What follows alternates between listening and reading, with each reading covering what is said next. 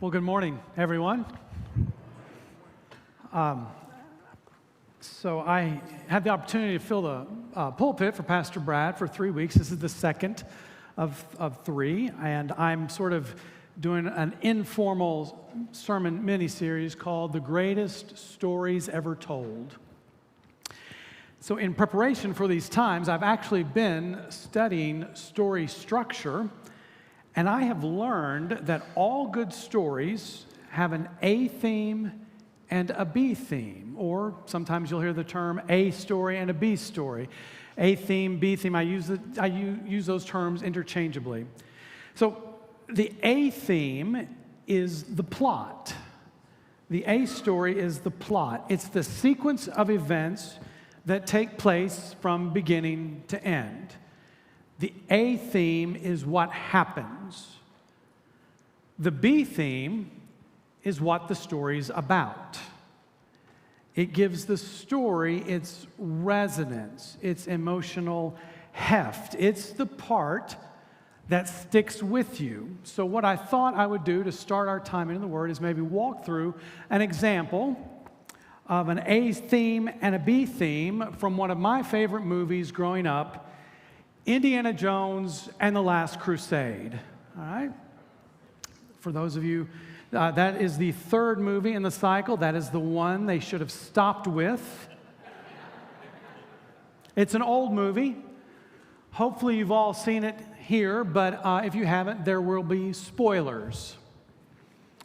So you know how the story begins, that Dr.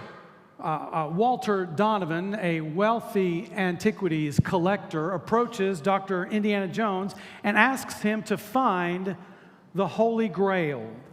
The Grail is the cup that Christ used during the Last Supper. And Donovan is trying to find it before Hitler finds it, before the Nazis find it, because whoever drinks out of the Holy Grail receives immortality. Biblical.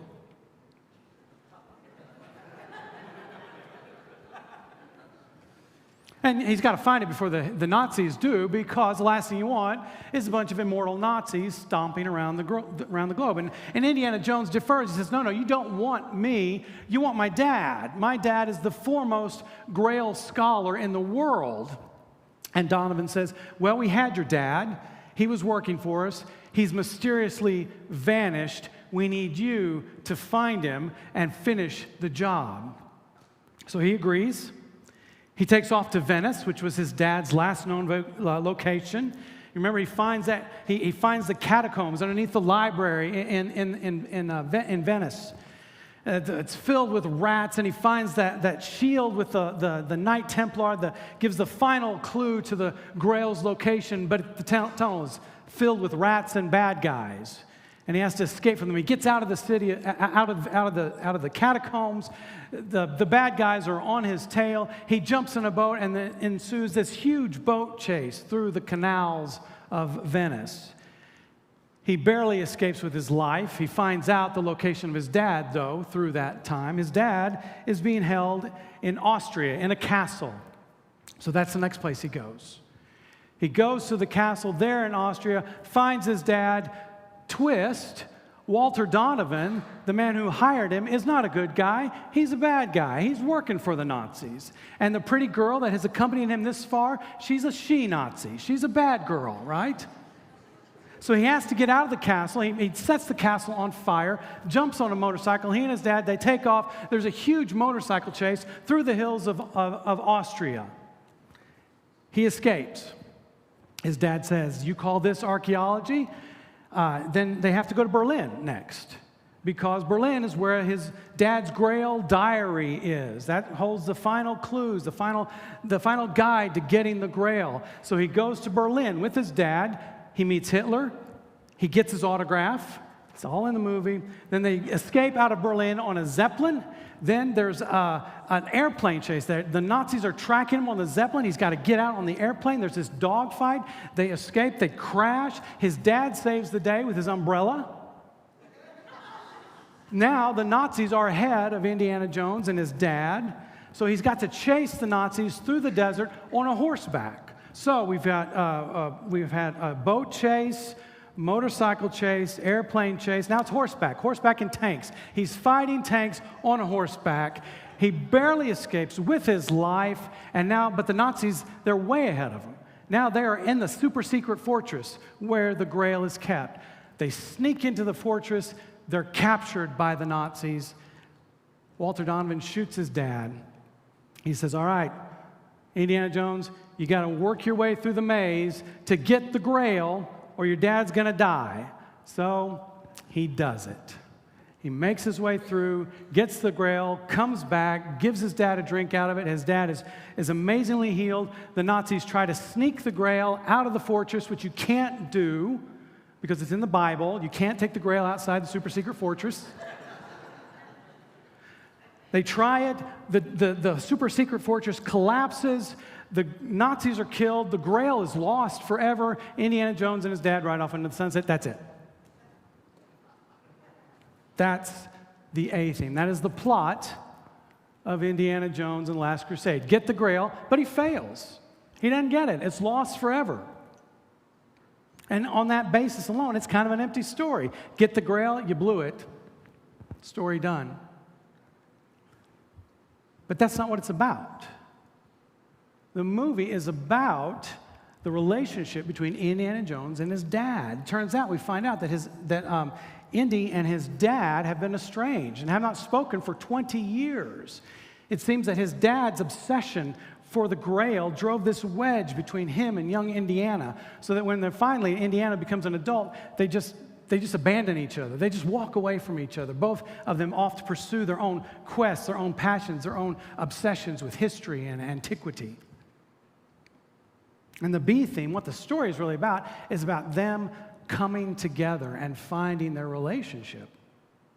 And at the climax of the story, right, this huge crevice has opened up in the fortress, and the Grail is rolled off into the crevice, but it's perched. It falls on this little ledge right there. And there's Indiana Jones, and he's got one arm hanging just by his fingertips onto the edge of the crevice, dangling over this unfathomable gap, and he's stretching just as far as he can, trying to get the Grail right. And this is exciting stuff, people. He's dangling as far as he can, trying to grab the Grail, and he's about to fall at any moment. And what happens is his dad grabs him by the wrist, and he looks at him, and for the first time he addresses him as Indiana, because he's been calling him Junior, kind of this condescending term the whole time. He looks at him and says, Indiana, let it go. And he does. And he grabs hold of his dad, and he gets out of the crevice, right? And he says, Indiana, let it go, meaning let go of that obsession. Let go of this gulf that has stretched between us, and come with me. And they do. And they ride off into the sunset. That's what the movie's about. The B theme is what gives that movie its emotional resonance, its heft. That's what you remember when you walk out of the theater. Well, I bring this up this morning because we're going to look at a parable that has an A theme and a B theme. The A theme is really tied to the plot. It's actually the A theme is what we're supposed to do. But it's the B theme that says why we're supposed to do it. And that's where the heft is. That's where the emotional resonance is. And I hope, if I do this right, when you walk out, you'll remember this parable and you'll feel the weight, the good weight of this parable, what it's challenging us to do, how to live, how to think. This morning, our parable is the parable of the shrewd manager, and you're going to find it in Luke chapter 16. Luke 16, verses 1 through 13. What I want to do is I want to read through the whole parable, and then we'll kind of walk through it a bit, and then I'll unpack the A theme and the B theme. All right? So go with me to the text. Again, Luke chapter 16, verses 1 through 13. The story goes like this. Jesus told his disciples there was a rich man whose manager was accused of wasting his possessions. So he called him in and asked him, "What is this I hear about you? Give an account of your management, because you cannot be manager any longer." The manager said to himself, "What shall I do now? My master is taking away my job. I'm not strong enough to dig. I'm ashamed to beg. I know what I'll do so that when I lose my job here, people will welcome me into their houses. So he called in each one of his master's debtors. He asked the first, how much do you owe my master? 900 gallons of olive oil, he replied. The manager told him, take your bill, sit down quickly, and make it 450. Then he asked the second, how much do you owe? 1,000 bushels of wheat, he replied. He told him, take your bill and make it 800. The master commended the dishonest manager because he had acted shrewdly. For the people of this world are more shrewd in dealing with their own kind than are the people of the light. I tell you, use worldly wealth to gain friends for yourselves, so that when it is gone, you will be welcomed into eternal dwellings. Whoever can be trusted with very little can also be trusted with much.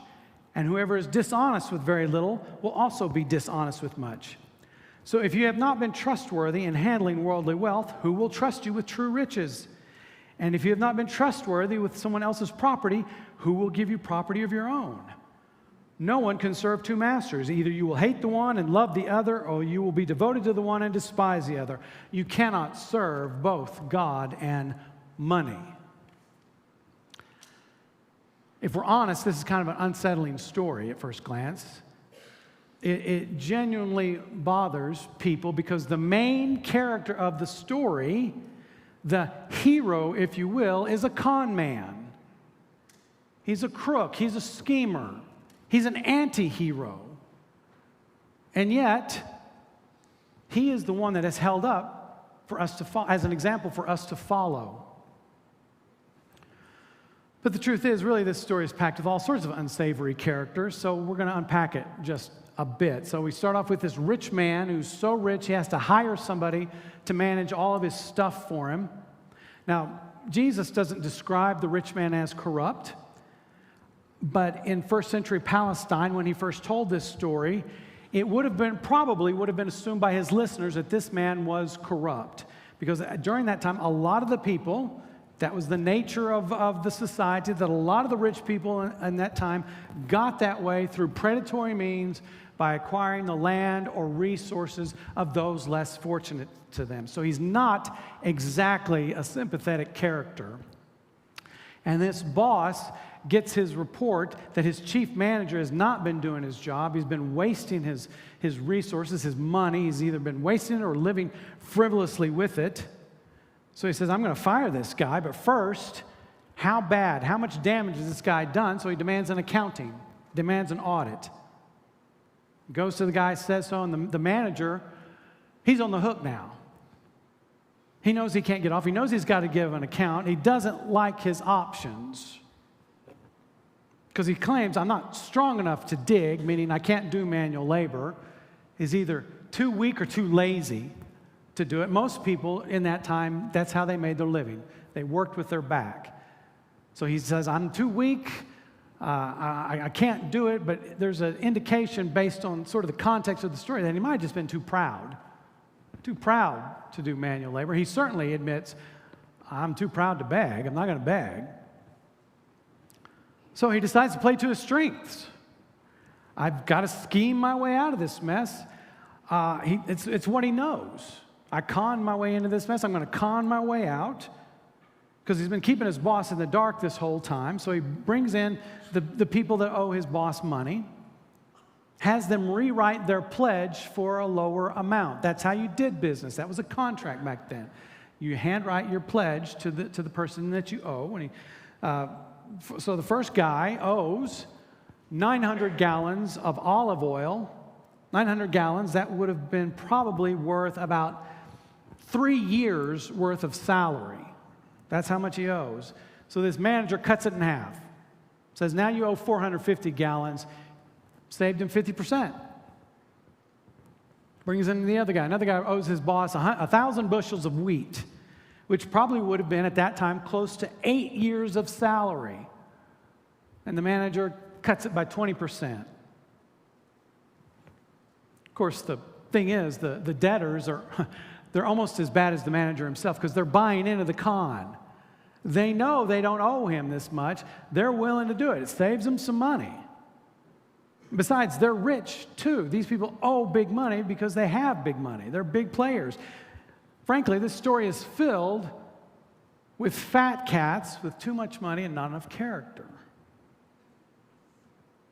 But the main thing that we need to understand what the manager is doing, what he hopes to do, is ingratiate himself with the debtors. He's thinking, when I'm out on my ear, when I don't have a job, when I'm unemployable, surely one of these guys that I let off the hook will let me live in his house and sponge off of him. That's what he wants to do. Verse 4, look at verse 4. When I lose my job here, people will welcome me into their houses. In this context, houses means big estates. Again, the manager, he's not going to go to poor people for help. He's going to go to rich people and sponge off them, live in their house, live off them. He's essentially trying to buy himself friends to take care of him in the future. And the boss, apparently he doesn't know anything about it at first, but then he tumbles onto the scheme, and he's impressed with the guy. He says, wow, you're kind of clever. Thumbs up. You're a shrewd one. I'll give you that. And that's the story. Again, it's kind of weird. And again, like I said when I started recounting the parable, this story gives us fits at first. It's a little hard for us to wrap our heads around Jesus telling a story where the bad guy is actually the hero, but this whole parable is a con game. This whole parable is a heist movie. And the conniving manager is the one that we're supposed to follow. Now, I hope it goes without saying that we're not supposed to follow his deceitfulness. That's not what Jesus is trying to get us to do, to be deceitful.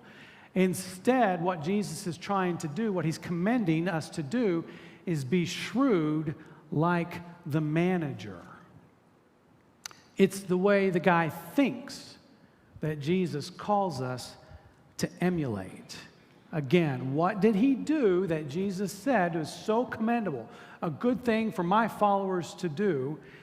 He used his master's resources to gain friends for the long run. The shrewd manager played the long game and used what he had to get himself some friends. He knew his current life was done. He knew, I'm about to be out on my ear. My life as a manager is about to be over. My new life as an ex-unemployable manager is about to begin. He could have taken the last of his salary and blown it on a shopping spree, one big party, but instead he was thinking about his future. He was planning for his next life. And to ensure that his next life went well, he generously used his master's money to buy some friends to be there for him. And Jesus says in verse 9, look back at the text, that's what we're supposed to do. Verse 9, I tell you, use worldly wealth to gain friends for yourselves, so that when it is gone, you will be welcomed into eternal dwellings. Eternal dwellings, that's the key phrase. What does Jesus mean? He means, use the resources that God has given you to invest the gospel in other people.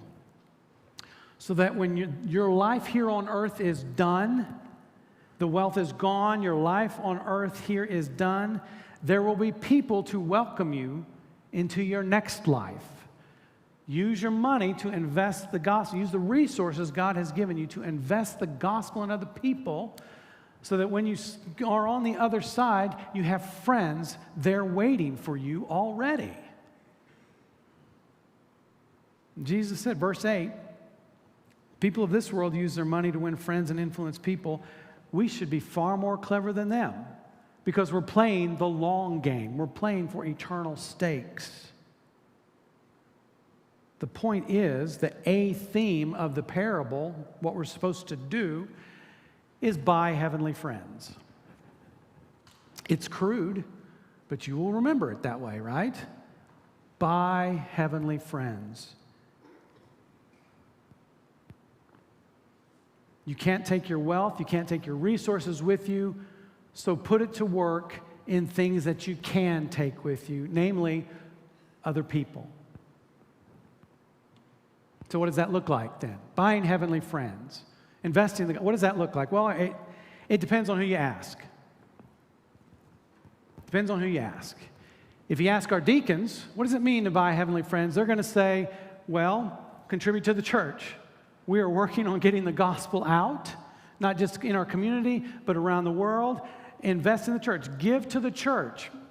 And that's absolutely a good thing to do. That's one way to buy heavenly friends. You ask a missionary, how do I buy heavenly friends? They're going to say, well, support the mission organization. We're spreading the gospel around the world. Support us. Support the mission. And that's another great way to buy heavenly friends. You go to the director of a gospel-based homeless shelter or an international relief organization, like a union gospel mission or Samaritan's Purse. You say, how can I buy heavenly friends? They're going to say, support us. That's, again, another way for us to be shrewd managers of our master's resources. Giving is a great way to buy heavenly friends. But, and this is important, being a shrewd manager of our master's resources, like this guy that Jesus calls us to be like, is more than just Venmoing or PayPaling or that rather arcane practice of writing a check. It's more than that. It's a mindset. It's a way of constantly thinking. It's understanding that everything we have came through God's hands first. Everything we have is on loan from Him during our time on this earth. And our job is to use it wisely so that we can maximize our ability to invest in other people, to make disciples, and giving generously is just part of it.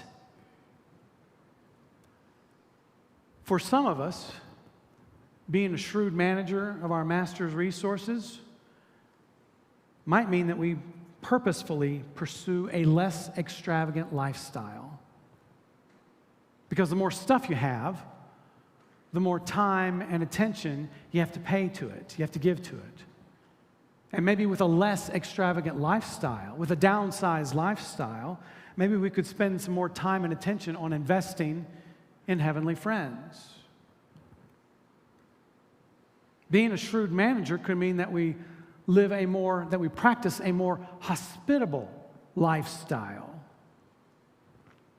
As American culture becomes more and more hostile to Christians, I am convinced that the way the gospel will spread here in America is by, not through big churches and big programs, although all those things are great, they're good. The primary way I firmly believe that the gospel will spread here in our country will be Christians like you and me opening up our homes to non-believers. By saying to non-believers, let me buy you dinner. Let me buy you coffee. Let me spend some time with you.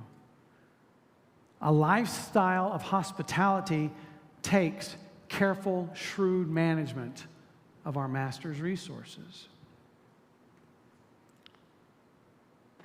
Being a shrewd manager might mean that when we get that raise or when we get that bonus, then instead of saying, well, now how do I get to increase my standard of living? It might mean that we say, how can I buy some heavenly friends with this? It might mean focusing on reducing debt or getting out of debt so that we can be free, have more freedom to serve. Being a shrewd manager might mean that we need to redefine retirement. That instead of targeting a financially secure retirement just so that we can live a life of convenience and comfort and ease, that we target, yes, a financially secure retirement so that we'll be free to invest in heavenly friends without having to worry about the day-to-day of a paycheck all the time. Again, the point, the A theme of the story is to buy heavenly friends or manage our master's resources in such a way to maximize our ability to invest in people. Invest in people. Instead of using what we've got to build a comfortable life that's eventually going to fail, it's eventually going to fade away, use what we have right here and now to prepare for our next life. Use what we have so that when we get on the other side, there are people already there waiting for us, saying, welcome home. Look what we have got for you. Can't take our wealth with us. We can't take our resources with us, but we can take our friends. We can take people with us. Okay, so that's the A theme. That's what we're supposed to do, right? Use your resources to bring people into the kingdom. A theme of the last crusade, get the grail. A theme of the parable, use your resources, buy heavenly friends. It's the B theme that I hope will add some additional weight, some additional heft, some additional resonance to you. Let me give it to you up front. This is the B theme. So what we're supposed to do, buy heavenly friends. Why we're supposed to do it? Because what we do with our stuff today will shape our eternity. What we do today will, to some extent, shape what we do in eternity. Look at verses 10 through 12 again. One who is faithful in a very little is also faithful in much, and one who is dishonest in a very little is also dishonest in much. If then you have not been faithful in the unrighteous wealth, who will entrust to you the true riches? And if you have not been faithful in that which is another's, who will give you that which is your own? Let me explain. Scripture is clear. You know this. We're not going to spend eternity in some sort of disembodied spiritual state floating around. We are going to spend eternity in resurrected bodies on a resurrected earth. The book of Revelation shows us that heaven and earth come together, and that in this renewed creation, that's where we'll live, and that there is a continuity between then and now. That our life then is going to look a lot like our life now, just bigger, better, perfect, to use a Christianese term. It's going to be glorified, whatever that means. And we get these glimpses throughout Scripture of what our life in eternity is going to look like, and this parable is one of them. Demonstrates there's a continuity between our today and our eternal tomorrow. And Jesus says in eternity we're going to be given true riches. What are those riches? I have no idea. The biblical writers leave it to our imagination. But whatever they are, it's clear that we're supposed to do something with them. That it's tied to what we're going to be doing in eternity. And Jesus says that if God has given you these temporal, fading, unrighteous resources to manage here on earth, and we just waste them here on this planet today, if we just use what God has given us to simply make ourselves comfortable, to have a convenient life, then Jesus asks, why would I give you something of significance to manage, to use, to work with in eternity? If God can't trust us to be responsible stewards here, how can He trust us to be responsible stewards over there? There's a link between our stuff and our spirits. Look at verse 13. No servant can serve two masters, for either he will hate the one and love the other, or he will be devoted to the one and despise the other. You cannot serve God and money. What we do with what we have today reflects who we really serve, and it shapes our hearts. And what we do in today is practice for what we'll get to do in eternity of some way, somehow. This earth is a sanctification machine.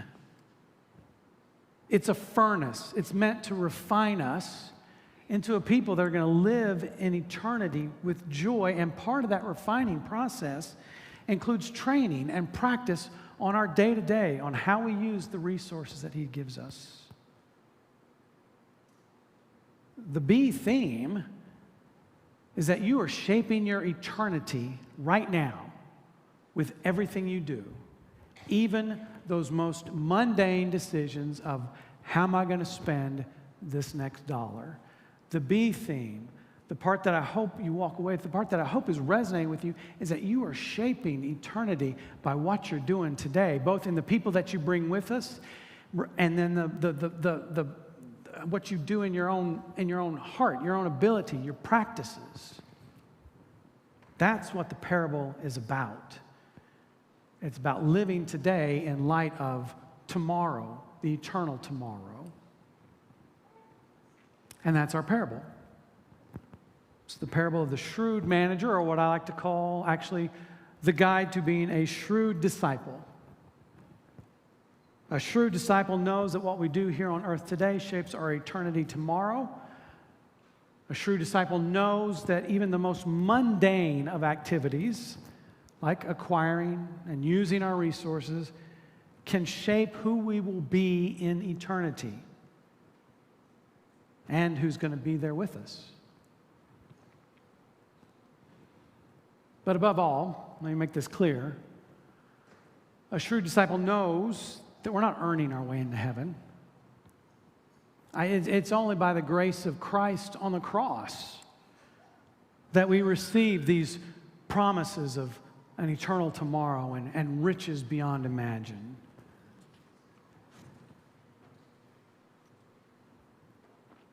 And the shrewd disciple responds to the grace that Christ has given us by loving Him with everything he or she has. So let me leave you with this question. When Jesus asks you, what did you do with all the stuff I gave you on earth? Do you really want to look at Him and say, I made myself comfortable. I lived a pretty convenient life. Or do you want to say, I used it to practice for this moment? For whatever you have for me in eternity, I used it to be ready to practice for what you're going to give me to do in eternity. Oh, and by the way, see those people behind you? Those are the people I bought. Those are the people I brought with me for eternity. Let me pray. Dear Heavenly Father, thank you for your grace and your goodness to us. I thank you for your provision for us, Lord. I thank you that you have given us the privilege of being your stewards, of being your ambassadors on a planet that is broken and fallen, and people need grace, need your grace, Lord. And I pray that this parable that we look at as more than just, okay, I need to give more, or okay, I need to be smarter with my stuff. I pray that we would look at it understanding that the message is that we're practicing for tomorrow. And may we take it seriously. May we live every day, day by day, in light of the eternity that you have for us, an eternity beyond imagining, Lord. May we be good stewards. May we be shrewd disciples.